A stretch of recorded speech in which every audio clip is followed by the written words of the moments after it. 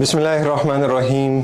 Dear students, new video और आज का जो एमटीक्यू है उसके अंदर हम कैश फ्लो की बात करेंगे, स्टेटमेंट ऑफ कैश फ्लो की। और स्टेटमेंट ऑफ कैश फ्लो आपको पता है IAS 7 है। तो चलते हैं सवाल की तरफ और देखते हैं कि हमसे क्या पूछा जा रहा है। तो आपकी स्क्रीन के सामने सवाल आ रहा है, Blue Bell is a chocolate manufacturing company preparing its financial statement for the year ended 30th September 2024, the following balances have been extracted from the accounting records. What are the balances? It's income tax payable, liability at 30th September 20x3 and liability at 30th September 20x4. It's 21,940 opening liability and closing liability of taxes 23650. Finance cost payable, opening liability is 0 and closing liability is 2110. Inventory, opening inventory and closing inventories both are given. Trade payables, opening and closing are given.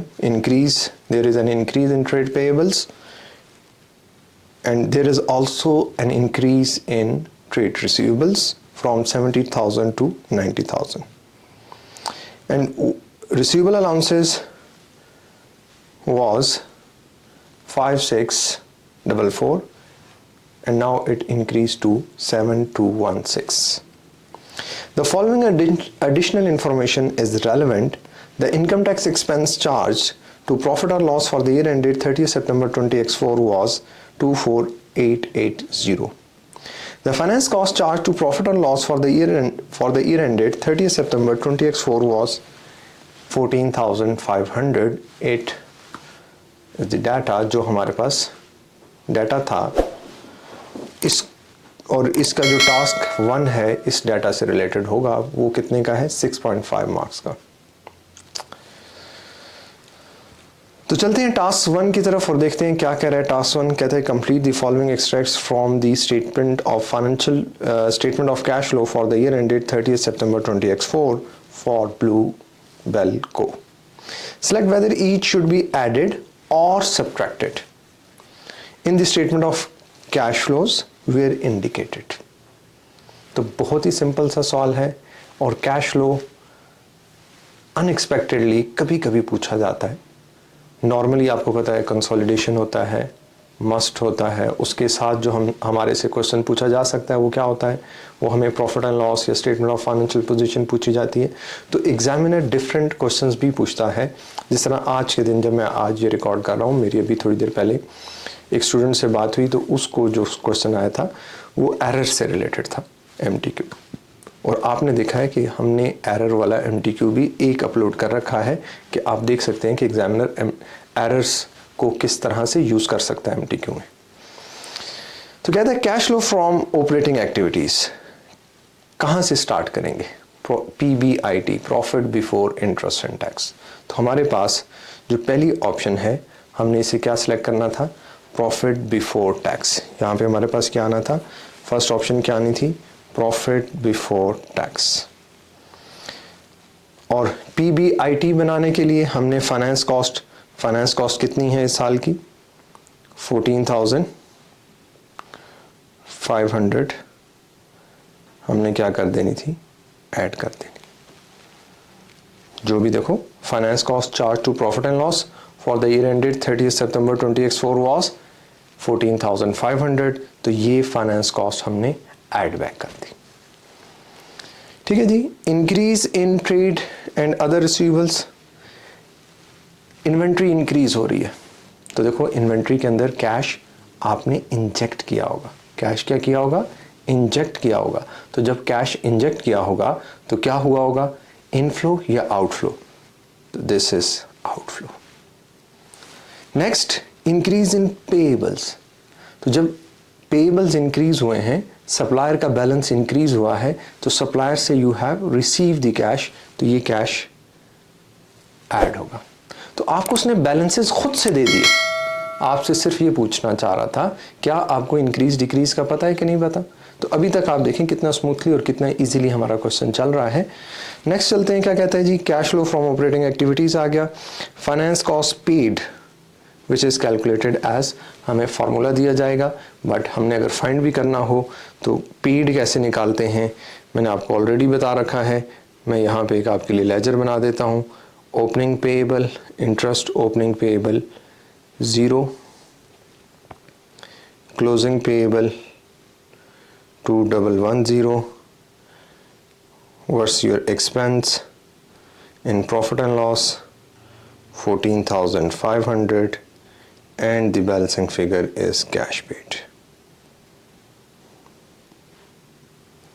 तो अगर आपके पास calculator है तो आप ऐसा करें 14,500 minus 2110, 14,500 minus 2110 it's 12390। Cash paid है तो ऑब्वियस सी बात है नेगेटिव होगा। नेक्स्ट है जी income tax paid. Again same ledger, same pattern. Opening tax payable 21940, closing 23650। And profit and loss में क्या है? प्रॉफिट एंड लॉस है 24880।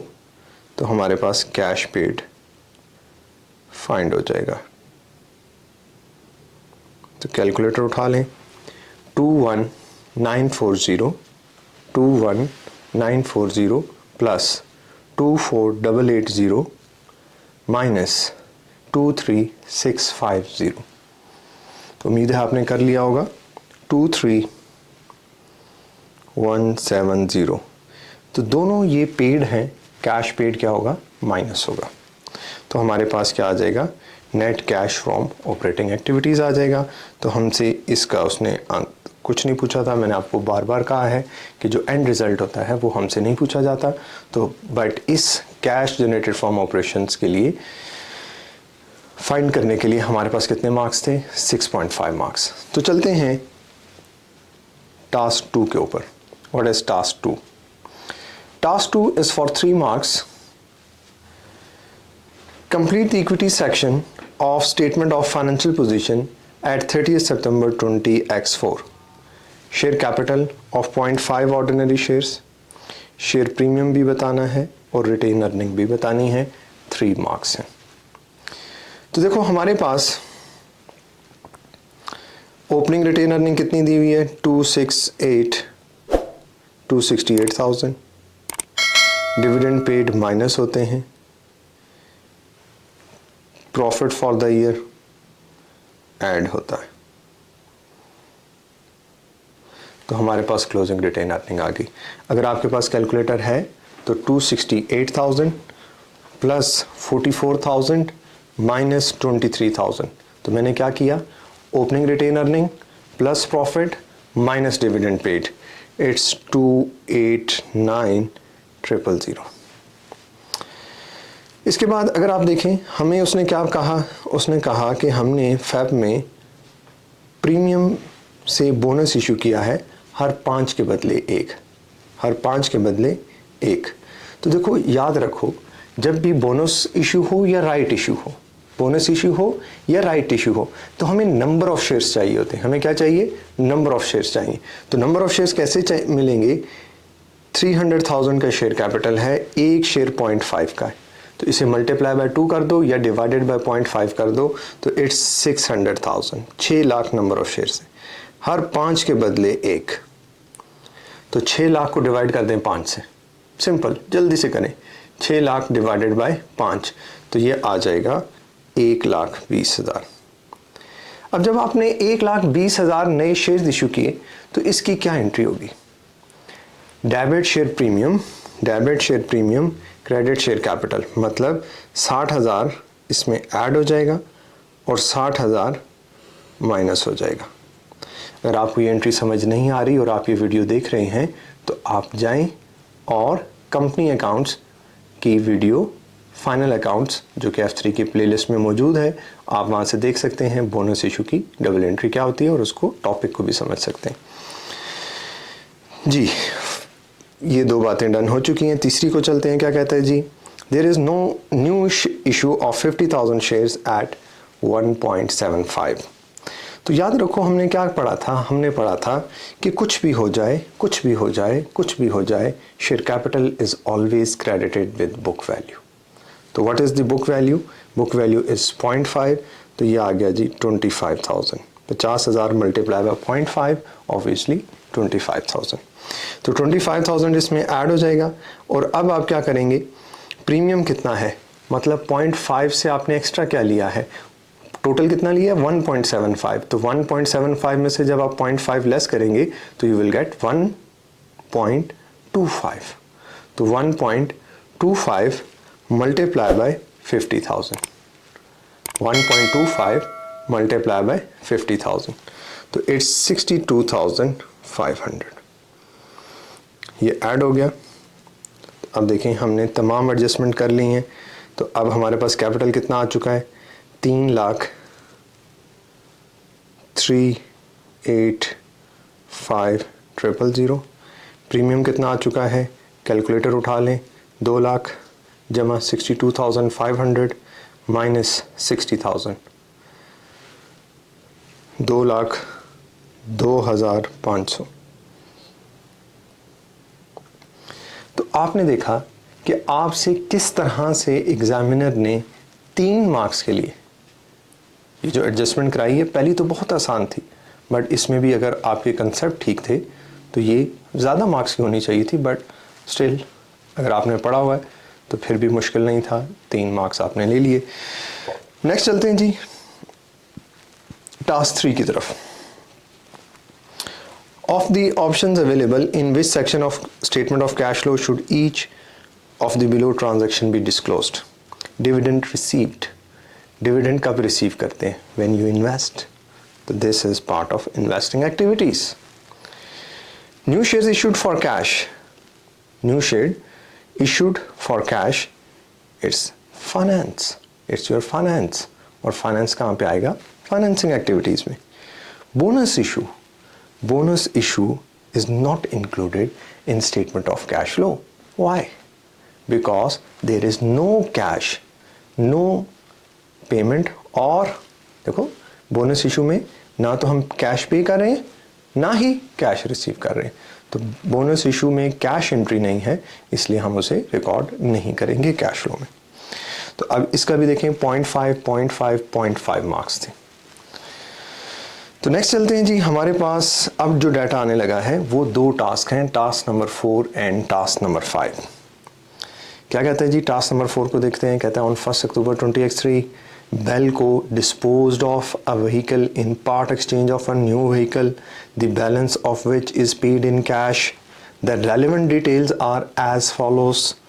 Cost of old machinery which was acquired on 1st April 20X1, cost was $15,000. Part exchange value of old vehicle is it's 8,000. Cost of new vehicle before part exchange 18,000. Belco accounting policies to depreciate vehicle on a straight line basis over a useful life of 5 years. A full year's depreciation is charged in the year of acquisition and none in the year of disposal. क्या कहता है जी, कहता है what is the profit on disposal to be included in statement of profit or loss for the year ended 30th September 20X4. कहता बताओ profit या loss क्या होगा, प्रॉफिट या लॉस क्या होगा। तो देखो हमने कब ख़रीदा, हमने ख़रीदा था 1 अप्रैल 20X1 को, 1 अप्रैल 20X1 को। तो पहला साल कब कंप्लीट हुआ, पहला साल कंप्लीट हुआ 30 सितंबर 20X1 को। दूसरा साल कब कंप्लीट हुआ 30 सितंबर 20X2 को। तीसरा साल कब कंप्लीट हुआ 30 सितंबर 20X3 को। और चौथे साल के अंदर हमने डिस्पोज कर दिया। तो इसने कहा था no depreciation in the year of disposal, full year acquisition in the year of acquisition and none in the year of disposal. तो चौथा साल नहीं लेंगे, टोटल 3 साल लेंगे। डेप्रिसिएशन 3 सालों पे क्या करेंगे, डेप्रिसिएशन 3 सालों पे हम क्या करेंगे, चार्ज करेंगे।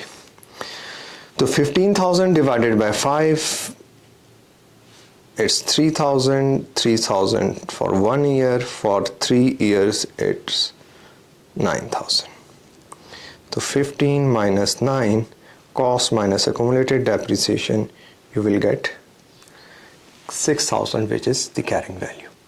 अब 6,000 जिस एसेट की कैरिंग वैल्यू थी वो पार्ट एक्सचेंज किया और उस एसेट की क्या वैल्यू लगाई गई, उस एसेट की वैल्यू लगाई गई 8,000।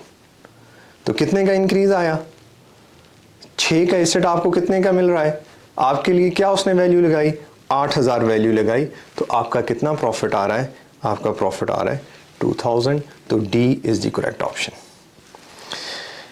लास्ट चलते हैं, लास्ट क्या कहते हैं जी, how will the disposal of the old vehicle and the acquisition of new vehicle be disclosed in the statement of cash flow? There is net cash inflow और outflow in कौन सी activities. तो disposal कहाँ पे आता है, investing, non current asset से related जितनी भी चीज़ें आती हैं वो कहाँ पे आती है, इन्वेस्टिंग एक्टिविटीज़ में। तो अगर हम देखें कि हमारे पास नेट क्या है, हमारे पास जो हमने नया एसेट ख़रीदा है वो क्या है, कितने का ख़रीदा है, 18,000 का, ठीक है, before part exchange. The cost of vehicle before part exchange was 18,000। तो हमने 8,000 का पार्ट एक्सचेंज कर लिया, तो हमने नेट कितना कैश दिया होगा, नेट कैश आउटफ्लो ऑफ 10,000। तो उम्मीद है कि ये छोटा सा कैश फ्लो का एक MTQ आपको समझ आ गया होगा और आपने देखा होगा कि कैश फ्लो के बहुत कम MTQs हैं जो अभी तक हमने डिस्कस किए हैं, क्योंकि ये वो टॉपिक है जो एग्जामिनर कम पूछता है। तो उसी रेशो में हम भी डिस्कस कर रहे हैं जिस रेशो में एग्जामिनर हमसे पूछता है। तो इंशाल्लाह नई वीडियो में नया टॉपिक दोबारा मिलते हैं।